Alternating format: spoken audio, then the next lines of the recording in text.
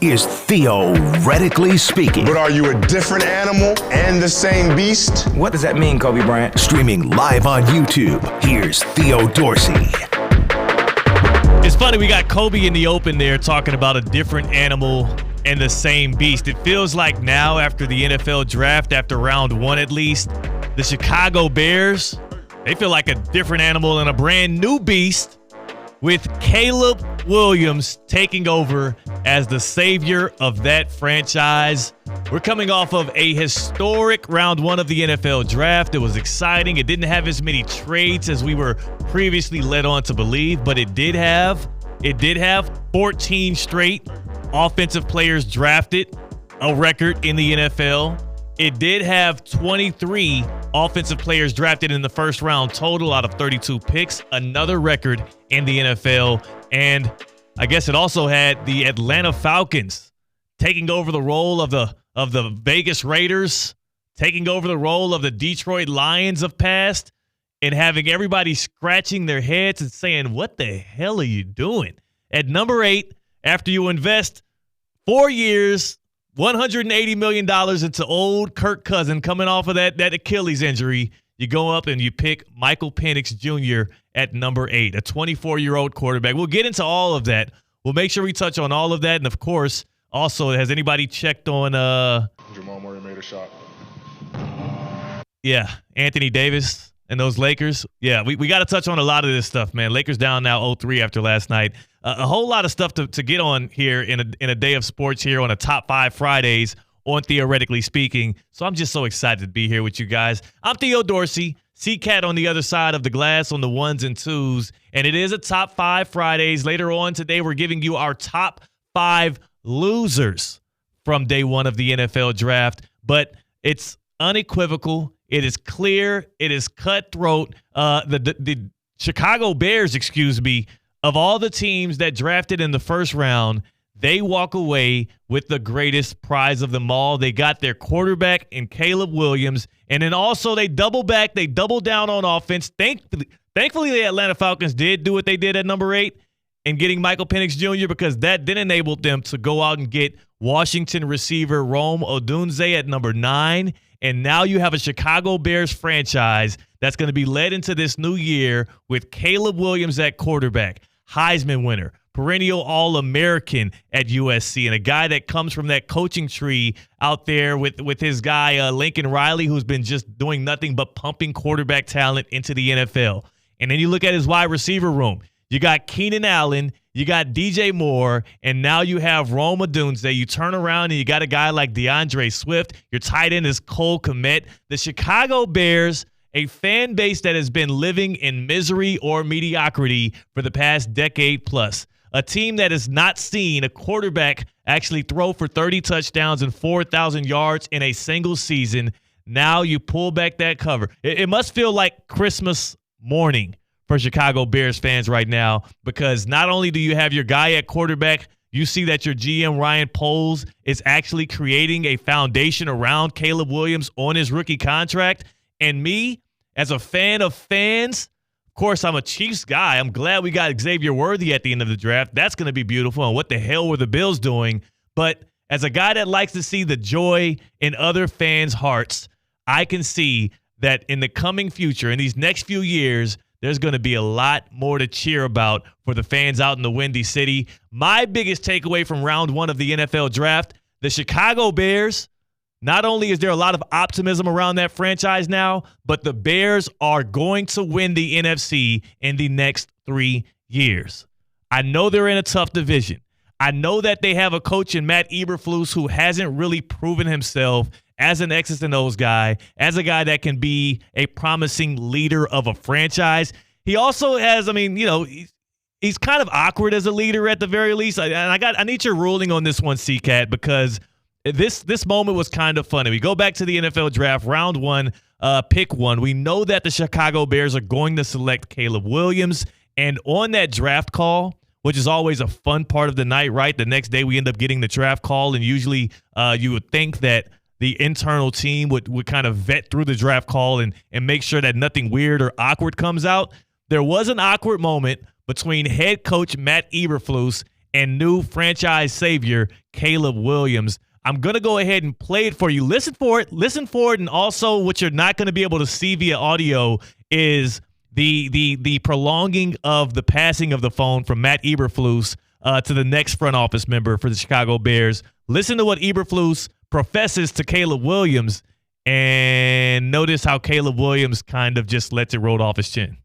But I'm more excited about our football team starting this process of achieving our next goal, and looking forward to our journey together. And I love you, and God bless you. And here's Kevin Warren wants to speak to you too. Okay. Yep, sounds good. I'll see you, and I'll see you tomorrow, brother. See you tomorrow.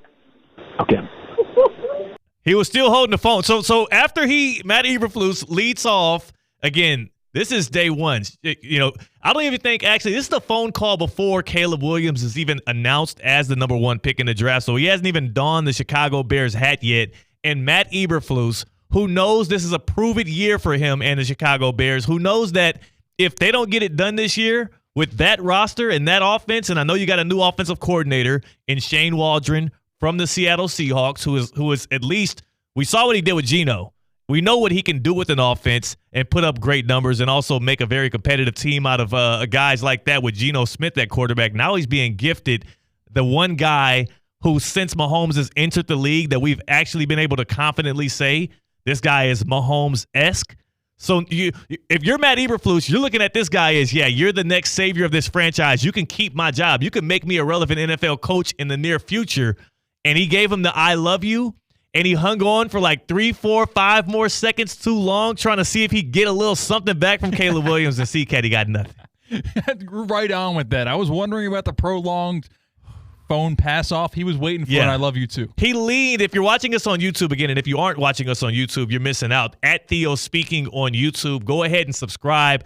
Show a brother some love. You want a brother to be able to stick around here on ESPN 106.3. Show us, me and C-Cat, some love, and subscribe to us on YouTube at Theo Speaking. If you won't see the video on there, but Matt Eberflus, who when he said the I love you, you can kind of tell he winced a little bit with it, but he was like, it's already out there. Then he hit him with a God bless you. And then before he passed that phone along, he kind of was leaning and waiting, and he wouldn't. You'll hear him actually play it again, especially if we can get just the back end of the audio. You'll hear him kind of prolonging that pass off of the baton because he wanted to hear something reassuring back, because he knows, my job's on the line if we don't win double-digit games this year. Take a listen again. Speak to you too, okay? Yep, sounds good. I'll see you tomorrow, brother. See you tomorrow. Okay. Yeah. That was a whole, and that was after the I love you. That was a whole 5-6 seconds of, God bless you, and also I'll see you tomorrow, and anything for me? Have you ever heard a couple accidentally say I love you too early, just in the flow of conversation? Because I have heard before. it. You witnessed it third party? Yeah, man. This was a college dorm, like a 3-week-old relationship, and the girlfriend bought, I don't know, Doritos for the boyfriend, right? And he was like, oh my gosh, yes, thank you. He's like, I love you. And it got silent.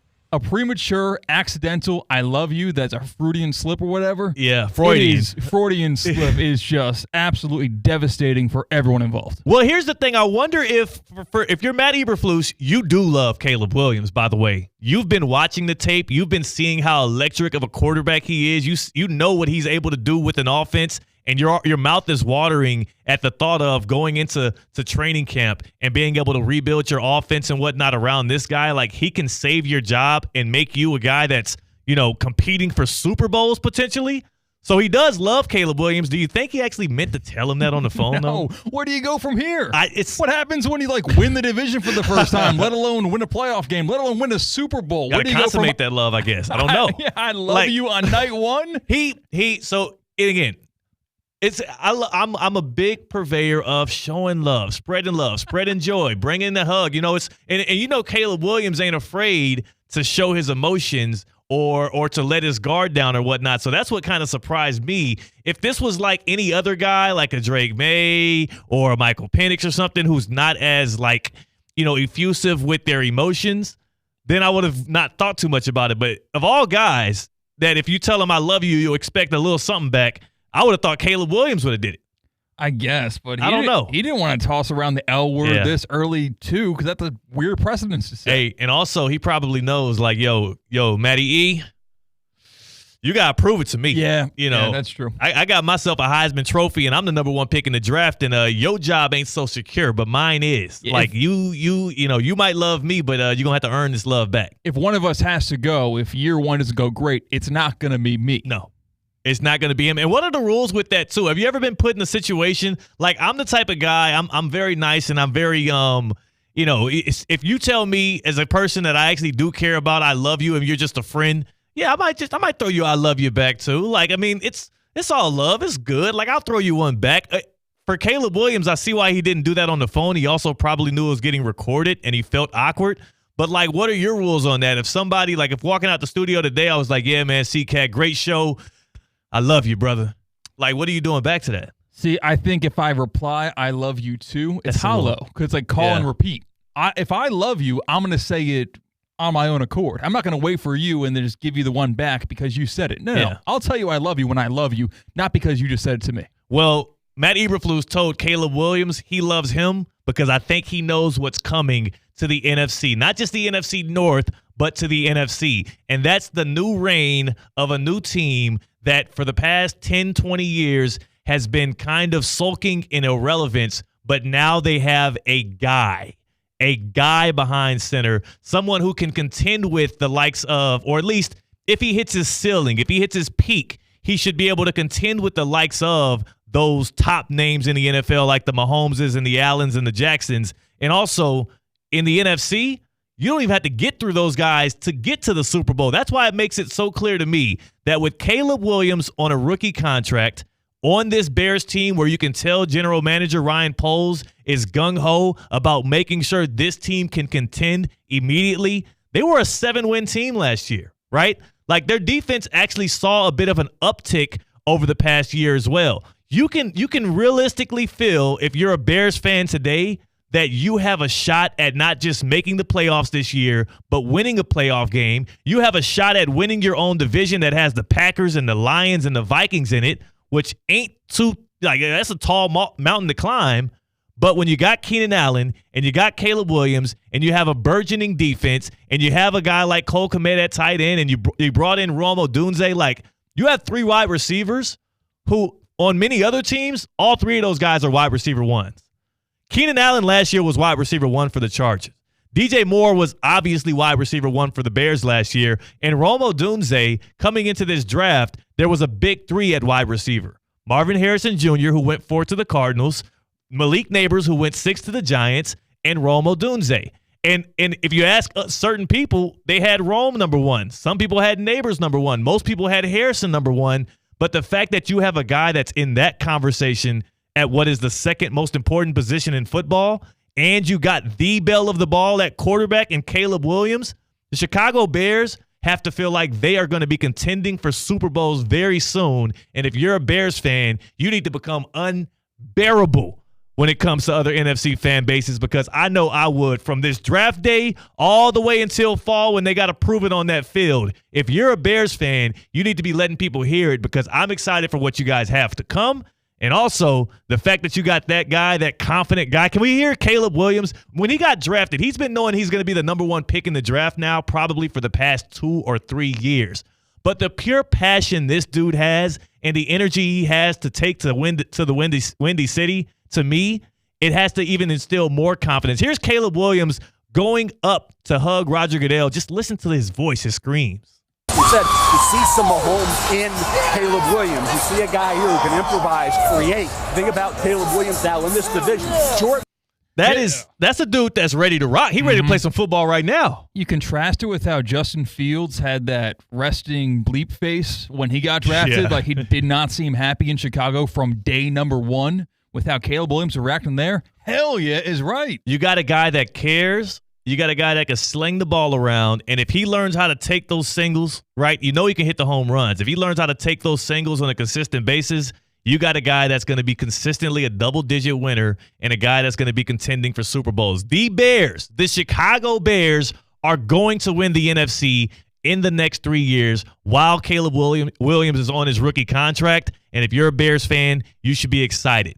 you should be even more excited if you're listening to Theoretically Speaking right now with me and CCAT, because we are soon going to be doing a giveaway with a Duffy Sports Grill gift card. Now, CCAT, we tried to do this yesterday, right? Mm-hmm. We tried to get our fans to predict where J.J. McCarthy would go and how many quarterbacks would get selected in the first round.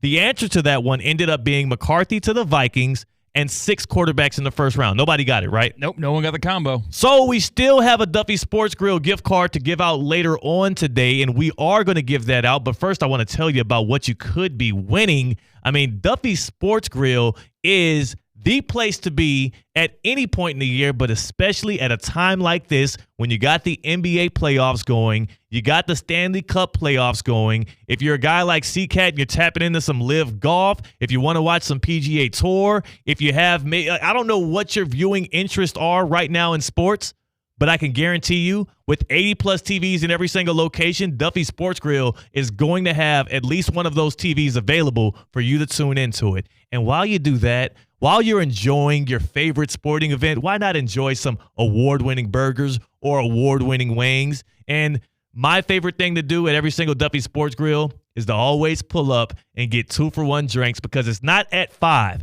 It's not at 3 p.m. It's not from 6 to 8. There's no happy hour at Duffy Sports Grill. It's 2-for-1 drinks all day, every day. Make sure you sign up online at duffysmvp.com to become a rewards member today, but to become an MVP like Caleb Williams is soon to be, and like I already am because I'm signed up online. You can start tracking your rewards. DuffysMVP.com. At Duffy's, our game is always on. We're going to be giving out a gift card from Duffy's later today with a trivia question. But before we do that, I want to know from you. My biggest takeaway from the NFL draft, what I left round 1 of the NFL draft feeling, was that the Chicago Bears just put together the foundational pieces, just crafted up the perfect offense to win the NFC in the next 3 years. It's an offensive league. We see how many offensive players were drafted last night in a row, let alone altogether. 23 out of 32 picks going to the offensive side of the ball, and the Chicago Bears have the most promising offense now in the NFC with a guy like Caleb Williams backing it. The Chicago Bears, to me, are the biggest winners of the NFL draft. What did you leave round 1 of the NFL draft learning? What did you take from round 1 of the NFL draft? 888-760-3776. 888-760-3776. What did you learn from round 1 of the NFL draft? Because I learned that Caleb Williams and the Chicago Bears are primed to win the NFC. Now, that's winners from the draft. There also were a bunch of teams that were losers, and players and even fans maybe that were on the wrong side of things for the NFL draft. We're going to give you our top 5, right? Our top 5 on a Top 5 Friday on Theoretically Speaking when we come back. And hint, some of you guys, especially you Falcons fans, not going to be pleased with CCAT or me. That's CCAT. I'm Theo Dorsey. We are Theoretically Speaking on ESPN 106.3. Live from the Anajar and Levine Accident Attorney Studios. Anajar